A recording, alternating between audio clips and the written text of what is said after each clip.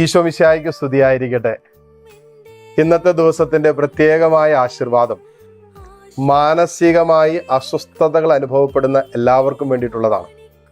പ്രത്യേകിച്ച് മാനസിക രോഗികളായി തീർന്നവരുണ്ട്, ഡിപ്രഷന് മരുന്ന് കഴിച്ചുകൊണ്ടിരിക്കുന്നവരുണ്ട്, നിരാശകൾക്ക് അടിമപ്പെട്ടു പോയവരുണ്ട്, സ്വാഭാവിക ജീവിതം നയിക്കാൻ പറ്റാതെ വല്ലാതെ അസ്വസ്ഥരായിരിക്കുന്നവര് ഒത്തിരി മക്കളുണ്ട്.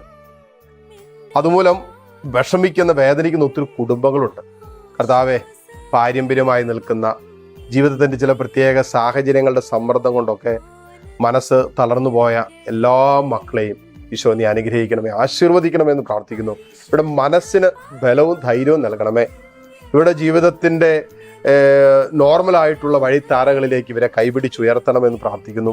ഇതുമൂലം വേദനിക്കുന്ന വിഷമിക്കുന്ന മാതാപിതാക്കൾ, ദുരിതമനുഭവിക്കുന്ന കുടുംബാംഗങ്ങൾ എല്ലാവരെയും ഞങ്ങൾ സമർപ്പിക്കുന്നു. കർത്താവെ, പാരമ്പര്യമായി നിൽക്കുന്ന ഏതെങ്കിലും മാനസിക രോഗത്തിൻ്റെ അസ്വസ്ഥതകളുണ്ടെങ്കിൽ ആ മേഖലയിൽ വിടുതലുണ്ടാകട്ടെ എന്ന് പ്രത്യേകം പ്രാർത്ഥിക്കുന്നു.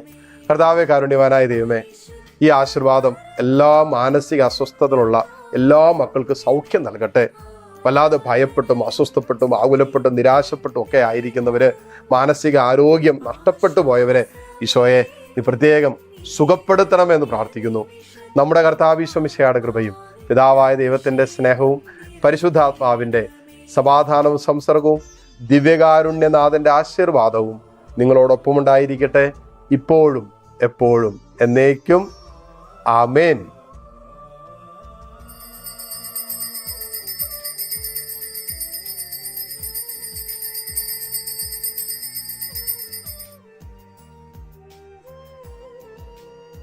ഈശോ മിശിഹായ്ക്ക് സ്തുതിയായിരിക്കട്ടെ.